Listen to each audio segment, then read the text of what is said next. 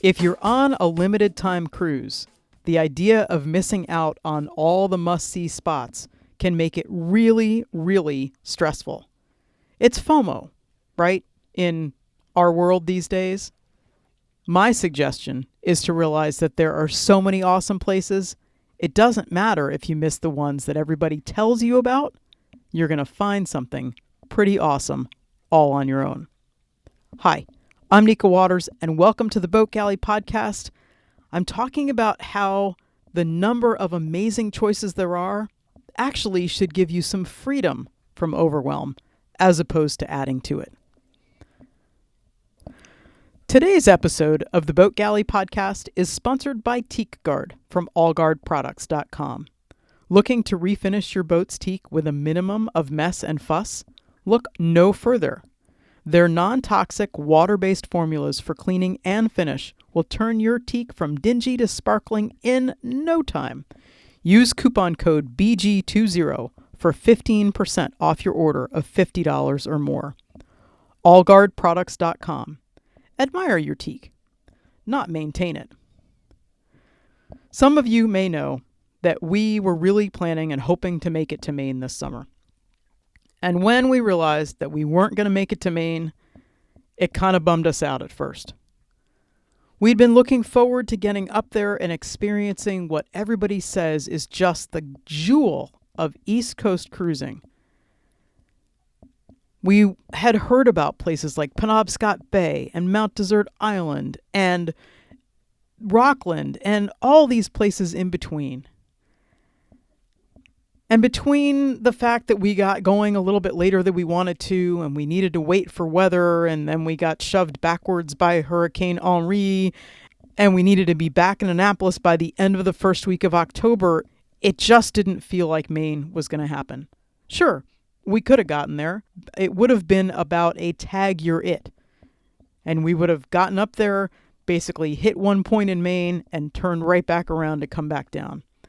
And that's not really the way that we like to cruise. We prefer going someplace, maybe finding our own little spot, enjoying it, exploring, experiencing it the way that we want to, maybe finding the best little beach or finding a cool walk to go on, exploring ruins if we're in that kind of a place. We love picking up the hook and figuring out where we're going after we've been underway for a little while. We might have a general direction picked out. Obviously we do. But we've looked at the chart and said, okay, we've got this place, this place, this place, and this place. And if the sailing's really good or the wind dies, we've got a place we can go to or not. And we weren't going to make it to Maine.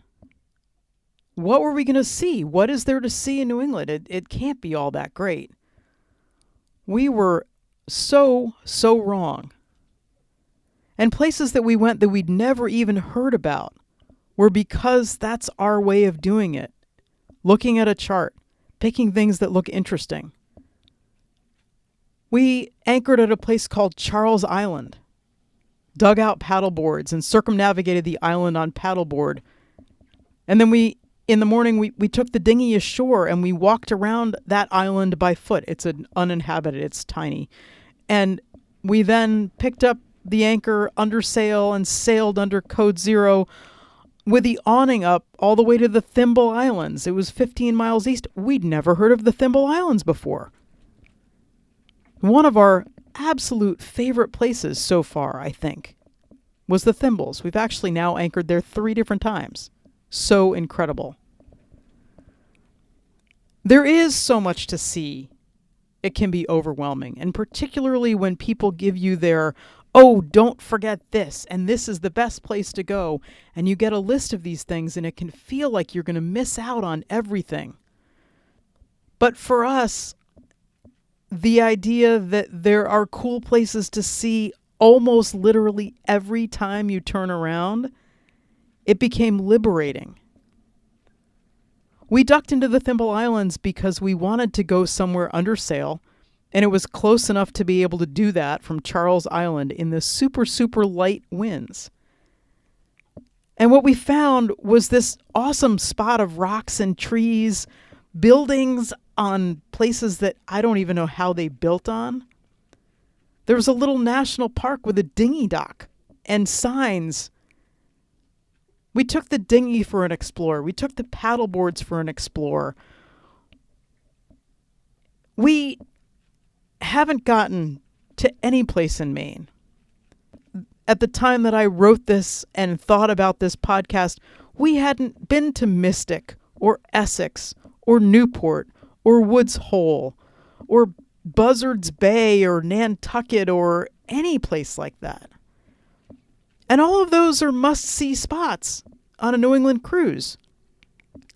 And if we had raced from one of those things to the other, we would have missed the Thimble Islands. And that would have been so incredibly sad. By realizing that we can't see it all, by realizing that we couldn't get to Maine, by realizing that we had time to cruise the way we wanted to, even though our time was limited, we slowed down and discovered our own must-see spot. And I think that they're everywhere, but you just have to give yourself the chance to find them. Don't fear missing out.